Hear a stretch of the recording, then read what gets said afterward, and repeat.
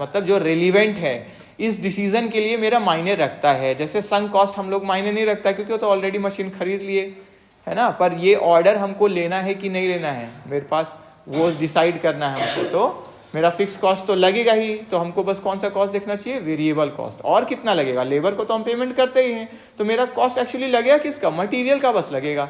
तो मटेरियल का मेरा कितना कॉस्ट आ रहा है, 4 रुपये आ रहा है। और हमको ऑर्डर कितना का मिला है, हर एक समोसा हमको मान लेते हैं देना है 10 रुपया में, तो 6 रुपया तो मेरा क्या हो रहा है, प्रॉफिट जैसा लग रहा है हमको, है ना, क्योंकि बाकी सब कॉस्ट तो लगेगा ही। तो मेरा खर्च कितना हो रहा है, बस 4 रुपया, है ना, तो 6 रुपया मेरा बच जाएगा। तो हमको ये ऑर्डर ले लेना चाहिए, ऐसा लगेगा। हाँ ठीक है, लेबर को हम बोलेंगे चलो और ये काम है, इसको भी ये और बना दीजिए आप, ठीक है। तो इस तरह का, ठीक है। तो रेलिवेंट और फ्यूचर कॉस्ट को देखते हैं, इग्नोर करते हैं संक और पास्ट कॉस्ट को। इंपॉर्टेंस है यूनिट 1 का, क्या इंपॉर्टेंस है, तो फाउंडेशन बिल्ड किया हम लोग को, बेस पता चला कि किस कॉस्ट क्या कितना तरह का कॉस्ट होता है, कॉस्ट कंट्रोल क्या होता है, कॉस्ट रिडक्शन क्या होता है, कॉस्ट मैनेजमेंट क्या होता है, मैनेजरियल अकाउंटिंग का क्या फीचर्स है, होता क्या मैनेजरियल अकाउंटिंग, कैसे ये अंतर है, इसमें पढ़े थे ना, ये भी डिफरेंसेस पढ़े थे ना, मैं फाइनेंशियल अकाउंटिंग और कॉस्ट अकाउंटिंग से कैसे अंतर इसमें पाया जाता है ना। बोलिए कौन बड़ा है, मैनेजमेंट अकाउंटिंग की फाइनेंशियल अकाउंटिंग, मैनेजमेंट, उसमें दोनों आ गया ना, वो तो उसका उससे भी इंफॉर्मेशन लेते हैं, तो स्कोप बड़ा है इसका, क्योंकि उसका भी इंफॉर्मेशन इसको चाहिए। पर बेस आपका फाइनेंशियल अकाउंटिंग भी तो प्रॉपर होना चाहिए ना, तो बेसिक बेस तो देता है फाइनेंशियल अकाउंटिंग, कॉस्ट अकाउंटिंग, तभी तो उसके बेसिस पे डिसीजन लेंगे हम लोग, ठीक है। तो हम लोग आगे पढ़ेंगे ये सब जो हम लोग यहाँ पे बेसिक्स देखे, जैसे budgeting, marginal costing, standard costing, CVP analysis, break even point, ये सब पढ़ेंगे। उसका हम लोग को एक थोड़ा सा झलक मिला है यहाँ, और न्यूमेरिकल प्रॉब्लम हम लोग सॉल्व कर पाएंगे, क्योंकि ये जो अभी हम लोग जितना भी पढ़े ये सब क्या हुआ, हमारा बेसिक्स स्ट्रॉन्ग कर दिया। जो लोग नहीं देखे हैं या नहीं आए थे क्लास में, किसी कारण छूट गया है, तो वीडियो है, प्लेलिस्ट भेजे ना आप लोग को, प्लेलिस्ट में चल जाएगा, वीडियो हम डाल दिए हैं, ठीक है। बेसिक स्ट्रांग रहेगा तब आपको आगे अच्छा लगेगा, नहीं तो क्या लगेगा, बस सॉल्व करने जानते हो, उससे क्या होगा, बेसिक स्ट्रांग होना चाहिए, ठीक है। तो देख लीजिएगा।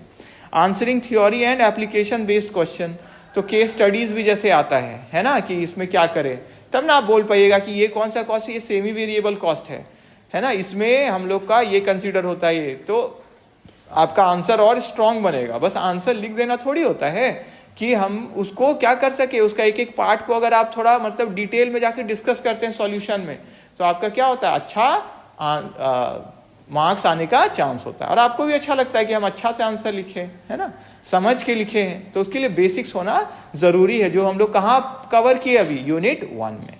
समझ में आया यूनिट 1 का इंपॉर्टेंस। तो बस थ्योरी नहीं होता है, वो बेसिक्स होता है।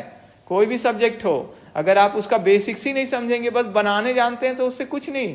वो क्या है, आपको बस ऊपर आप सॉल्व कर रहे हैं, लेकिन अंदर का बेसिक्स स्ट्रांग होता है तो कॉन्फिडेंस लगता है, और प्रोसेस आप जानते हैं, पहला स्टेप ये होता है, दूसरा स्टेप ये होता है, और एक एक चीज का डिटेल समझते हैं। तो थ्योरी हम लोग सोचते हैं कि थ्योरी है ये तो हो जाएगा, लेकिन थ्योरी का भी क्या है, इंपॉर्टेंस है। बेसिक समझ गए तो हाँ, टाइम कम है तब थोड़ा कम थ्योरी डिस्कस करके सीधे चले गए प्रैक्टिकल में, है ना। पर थ्योरी भी पढ़ना चाहिए, क्योंकि थ्योरी से ही प्रैक्टिकल आता है।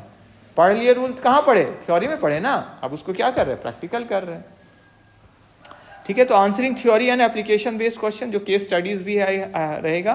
तो management accounting internal future oriented system है, जो हेल्प करता है मैनेजमेंट को प्लान करने में, कंट्रोल और इन्फॉर्म डिसीजन मेकिंग, है ना। इन्फॉर्म डिसीजन मेकिंग क्या हुआ, हम समझ रहे हैं चीजों को और अब डिसीजन ले रहे हैं, तो इसको क्या बोलते हैं, इन्फॉर्म्ड डिसीजन मेकिंग, है ना। पूरा जोश में ही पूरा काम कर दिए तो हो सकता है गड़बड़ हो जाए, बिना सोचे विचारे, है ना।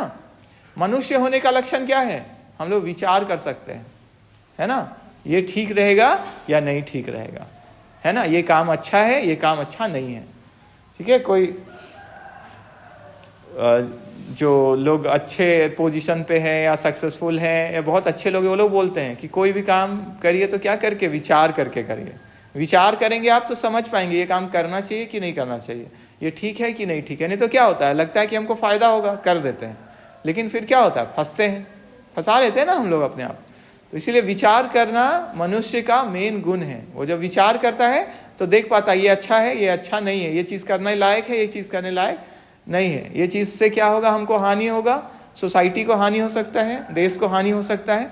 तो हमको क्या करना चाहिए। तो ये सब सोच विचार करके, है ना, ईश्वर का स्मरण करके, क्योंकि स्मरण हम लोग करते हैं तो ही बुद्धि सही चलता है, नहीं तो नहीं चलेगा, वो फंसा देगा। ठीक है, इसीलिए स्मरण करके फिर विचार करते हैं तो हम लोग को सही दिशा मिलता है, क्या करना चाहिए वो पता चलता है। ठीक है, ये सब जो संत है, महात्मा है, अच्छे लोग हैं, वो लोग बोलते हैं कि विचार, ठीक है, ईश्वर का स्मरण और विचार करना चाहिए। ठीक है, तो हम लोग यूनिट 1 अब खत्म कर लिए। ठीक है, किन्हीं को कोई भी डाउट है, कुछ पूछना है तो बोल सकते हैं। कुछ पूछना है?